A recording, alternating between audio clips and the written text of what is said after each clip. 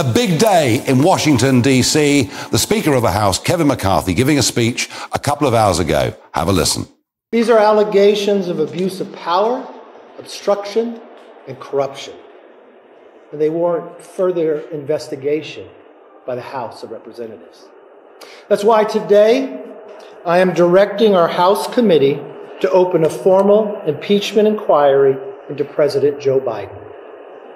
This logical next step will give our committees the full power to gather all the facts and answers for the American public. It's exactly what we want to know. That is a big moment on Capitol Hill today.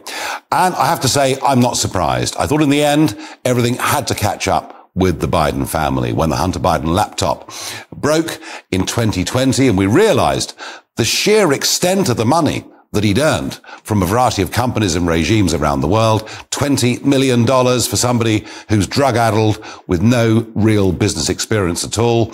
That asks questions, but recent testimony through committees has alleged that Joe Biden himself, as Vice President of the USA, was on the phone up to 20 times during Hunter's business calls with firms in Ukraine, Russia, and perhaps even China too.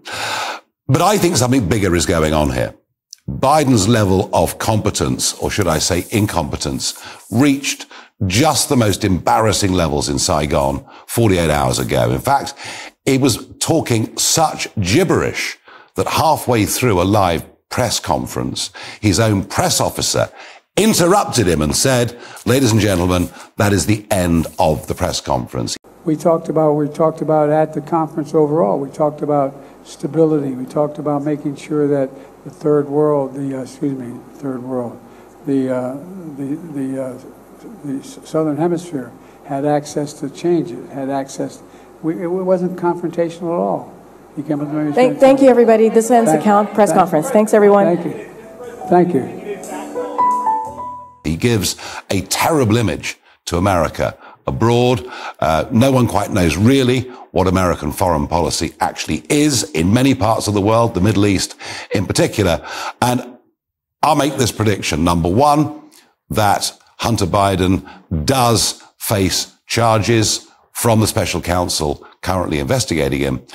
And number two, my big prediction is that Joe Biden will not be the Democrat nominee to run for president in November 2024. The party are embarrassed by him. They've had enough of him. He will be gone.